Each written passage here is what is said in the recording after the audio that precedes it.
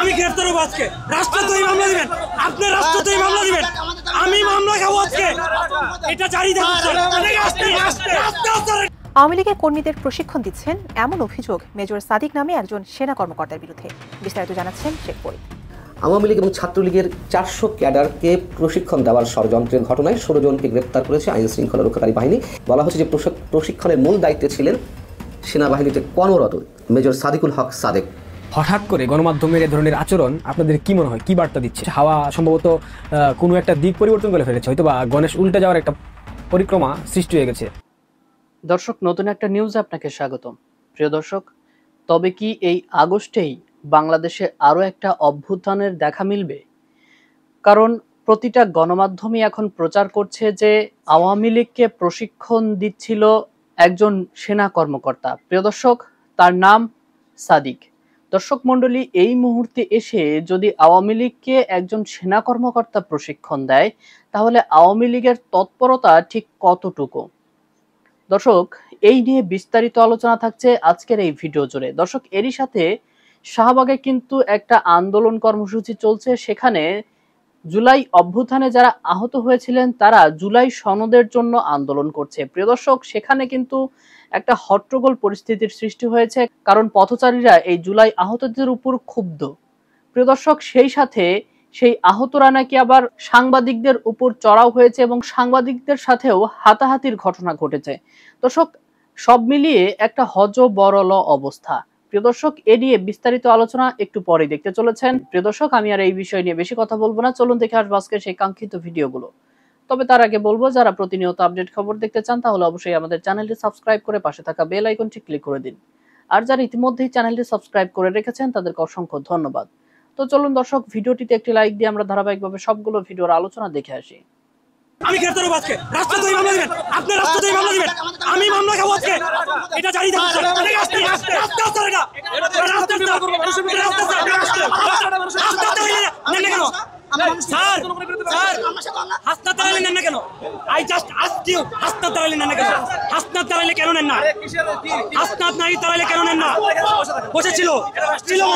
বসেছিল আপনার থেকে আমরা এটা আশা করি না।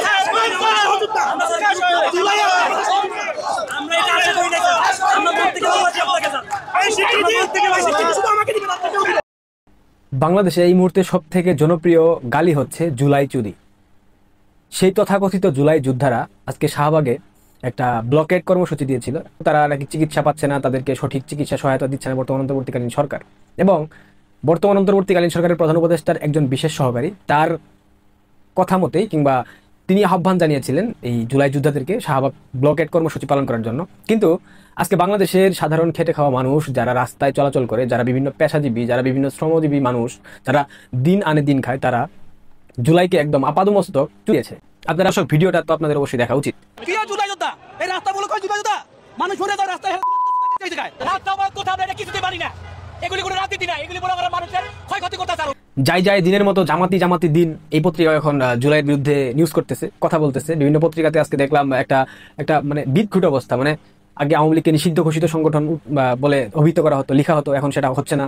হঠাৎ করে গণমাধ্যমের এ ধরনের আচরণ আপনাদের কি মনে হয়, কি বার্তা দিচ্ছে? আমার তো মনে হচ্ছে হাওয়া সম্ভবত কোনো একটা দিক পরিবর্তন করে ফেলেছে, হয়তো বা গণেশ উল্টে যাওয়ার একটা পরিক্রমা সৃষ্টি হয়ে গেছে।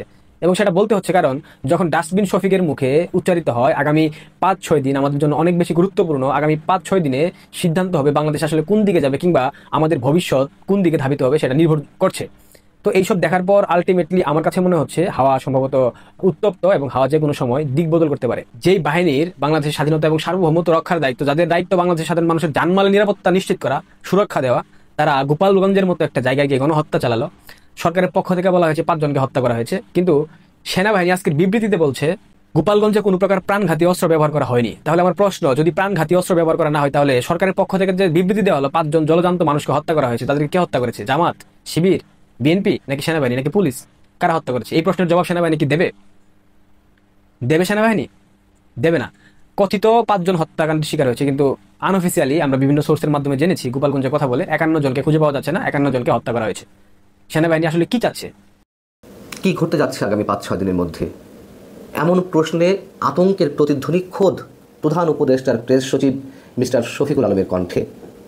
আবার অন্যদিকে বৃহস্পতিবার যে একটি খুবই গুরুত্বপূর্ণ একটি খবরের যেই শিরোনাম কিংবা নানান গণমাধ্যমে যেভাবে উঠে এসেছে, তাতে গত কয়েক মাসে যে নানান ধরনের গুঞ্জন শোনা যাচ্ছিল যে আওয়ামী লীগ নেতাকর্মীরা প্রশিক্ষণ নিচ্ছেন, তারা গেরিলা আক্রমণ করতে পারে, তারা সরকার উৎখাতের বিষয়ে তারা বেশ তোড়জোড় করে নামছে, সে বিষয়ে যে খবরটি আমরা পেলাম সেটি নিয়েও অনেক ধরনের প্রশ্ন রয়েছে। সেই প্রশ্নগুলো অন্তত আমি একটু উত্থাপন করতে চাই আপনাদের সামনে। আগে আসি প্রেস সচিব সম্পর্কে। তিনি বৃহস্পতিবার সচিবালয়ে সাংবাদিকদের একটি অনুষ্ঠানে বক্তব্য দিতে গিয়ে নির্বাচন প্রসঙ্গে বলছিলেন যে প্রধান উপদেষ্টা যথাসময়ে নির্বাচন দিবেন, যেমনটা তিনি সবসময় বলে থাকেন। তো সে প্রসঙ্গে বলতে গিয়ে তিনি বললেন যে আগামী 5-6 দিন খুবই গুরুত্বপূর্ণ, আগামী 5-6 দিনে বোঝা যাবে আমরা কোথায় যাচ্ছি। তার মানে কি আগামী 5-6 দিনের মধ্যে বর্তমান সরকারের বিদায়ী ঘণ্টা চূড়ান্তভাবে বেজে উঠতে পারে? আওয়ামী লীগ যে পরিকল্পনা নিয়েছে সেই পরিকল্পনা তারা বাস্তবায়ন করবে, নাকি অন্য কোনো সরকার আসবে? নানান ধরনের প্রশ্ন মানুষের মনে। এখন বিষয় হচ্ছে যে আওয়ামী লীগ এবং ছাত্রলীগের 400 ক্যাডারকে প্রশিক্ষণ দেওয়ার ষড়যন্ত্রের ঘটনায় 16 জনকে গ্রেপ্তার করেছে আইন শৃঙ্খলা রক্ষাকারী বাহিনী। এটি সব গণমাধ্যমে এসেছে এবং বলা হচ্ছে যে প্রশিক্ষণের মূল দায়িত্বে ছিলেন সেনাবাহিনীতে কর্মরত, স্টিল তিনি কাজ করছেন মেজর সাদিকুল হক সাদেক। এবং সরকার উৎখাতের পরিকল্পনা অনুযায়ী এর আগে রাজধানীর 4টি স্থানে প্রশিক্ষণ চলেছে। সুরক্ষিত একটি স্থানেও নাকি প্রশিক্ষণ দেওয়া হয়েছে আওয়ামী লীগ, ছাত্রলীগ, যুবলীগের বাছাই করা ক্যাডারদের, মানে গণমাধ্যমের খবর অনুযায়ী। এবং সব মিলিয়ে এ পর্যন্ত 2500 জনকে প্রশিক্ষণের আওতায় আনা হয়েছে। আবার এই প্রশিক্ষণের দায়িত্বগুলো সমন্বয় করছিলেন একজন মেজর। এখন ইনি অন্য কোনো মেজর নাকি যেই সাদিকুল হক সাদেককে আটক করা হয়েছে মেজর সাদেককে, তিনি এটি ঠিক কনফার্ম নয়। এবং এই বিষয়টিতে সার্বিক সহযোগিতা করছিল নাকি যুবলীগ, আওয়ামী লীগের বেশ কয়েকজন নেতা। আর প্রশিক্ষণ সহ সরকারের বিরুদ্ধে তোড়জোড় করে মাঠে নামা বা গেরিলা আক্রমণ ইত্যাদি সব বিষয়গুলো নাকি তত্ত্বাবধান করছিলেন ভারতে অবস্থানরত সাবেক স্বরাষ্ট্রমন্ত্রী আসাদুজ্জামান খান কামাল। এই হচ্ছে মোটা দাগে গণমাধ্যমের খবর। এবং বিষয়টি তখনই গুরুত্বপূর্ণ হয়ে উঠেছে যখন কিনা মেজর সাদেককে হেফাজতে নিয়েছে সেনাবাহিনী। একই সঙ্গে তাকে জিজ্ঞাসাবাদ করা হচ্ছে। এই তথ্যটি স্বীকার করে নিয়েছেন বা নিজের মুখে বলেছেন সেনা সদরের মিলিটারি অপারেশনস পরিদপ্তরের পরিচালক ব্রিগেডিয়ার জেনারেল মোহাম্মদ নাজিমুদ্দৌলা। ঢাকা সেনানিবাস অফিসার্স মেসে একটি সংবাদ সম্মেলন ছিল বৃহস্পতিবার, সেখানে তিনি এই বিষয়ে কথা বলেছেন। তিনি যা বলেছেন তা হচ্ছে এরকম যে মেজর সাদিকের বিষয়টি আমাদের নজরে এসেছে, যদিও বিষয়টি তদন্তাধীন রয়েছে, তারপরেও আমি বলবো এরকম একটা ঘটনার কথা জানার পরে সেনাবাহিনী তাকে হেফাজতে নিয়েছে, তার বিষয়ে তদন্ত চলমান রয়েছে। যেহেতু বিষয়টি তদন্তাধীন তাই এ বিষয়ে এর চেয়ে বেশি কিছু তিনি বলতে চাননি।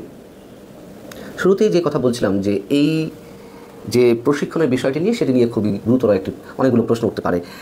প্রথম প্রশ্ন হচ্ছে যে আমি বলছি না যে এগুলো একেবারে গুজব বা গুঞ্জন আকারে একেবারে উড়িয়েও দিচ্ছি না, আবার সত্যতা কতখানি সেটা নিয়েও প্রশ্ন উঠতে পারে। প্রথম প্রশ্ন হচ্ছে যে সেনাবাহিনীতে কর্মরত একজন মেজর পদের একজন ব্যক্তিকেই কেন প্রশিক্ষণ দিতে হচ্ছিল? মানে এর চেয়ে আরও ভয়ঙ্কর কোনো প্রশিক্ষণ, গেরিলা আক্রমণের জন্য প্রশিক্ষণ, ট্রেনিং, এগুলো কি দেওয়ার মতন সাবেক কোনো সেনা কর্মকর্তা নেই বা অন্য কোনো ব্যক্তি নেই যে চাকরিতে থাকা অবস্থাতেই একজন মেজর গোপনে আওয়ামী লীগের নেতাকর্মীদের গেরিলা আক্রমণ শেখাচ্ছেন, কীভাবে করতে হয় না করতে হয়? এটি খুবই যৌক্তিক একটি প্রশ্ন আমার মনে হয়। এবং এর সাথে আরও যেই প্রশ্নগুলো উঠতে পারে, এই যে 16 জনকে আটক করা হলো, এমনি 5 আগস্ট অভ্যুত্থানের 1 বছর পূর্তি উপলক্ষে সরকার নানান ধরনের চাপে রয়েছে, এক ধরনের আতঙ্কে রয়েছে। আওয়ামী লীগ কী করে না করে তার নানান ধরনের লক্ষণ আমরা দেখেছি তাদের বিভিন্ন কর্মকাণ্ডে।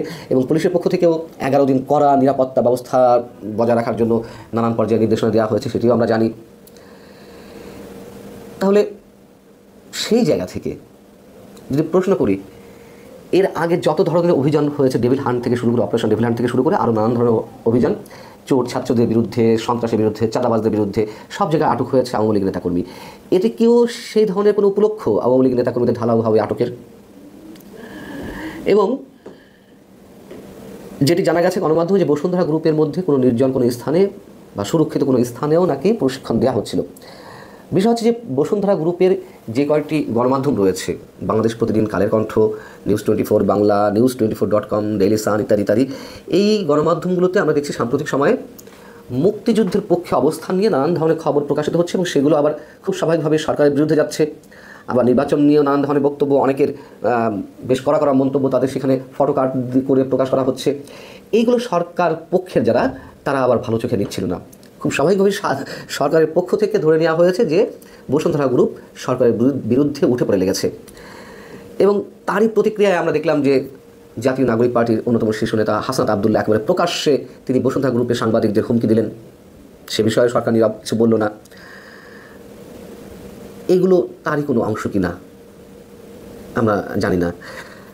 এবং সবশেষ যদি বলে থাকি, মানে ধরে নিই, যারা আটক হয়েছেন তাদের সংখ্যা 16।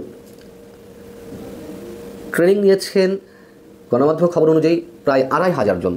তাহলে তারা কোথায়? নিশ্চয়ই তারা ছড়িয়ে ছিটিয়ে রয়েছে। তাহলে কি আসলেই কিছু ঘটতে যাচ্ছে, আসলেই কিছু ঘটবে, তাও জানি না আমরা।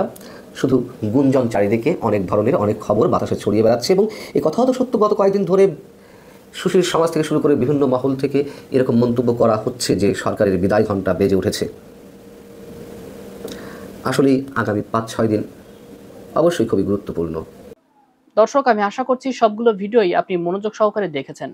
প্রিয় দর্শক, আপনি কি মনে করছেন আওয়ামী লীগের এই প্রশিক্ষণ আবার এই আগস্ট মাসেই যে কোনোভাবে সরকার পতনের ডাক দিতে পারে আওয়ামী লীগ? এই ঘটনাগুলো কি আদৌ আপনার কাছে সত্য মনে হচ্ছে? আওয়ামী লীগ কি আসলেই বাংলাদেশের মধ্যে থেকেই প্রশিক্ষণ নিতে পারছে?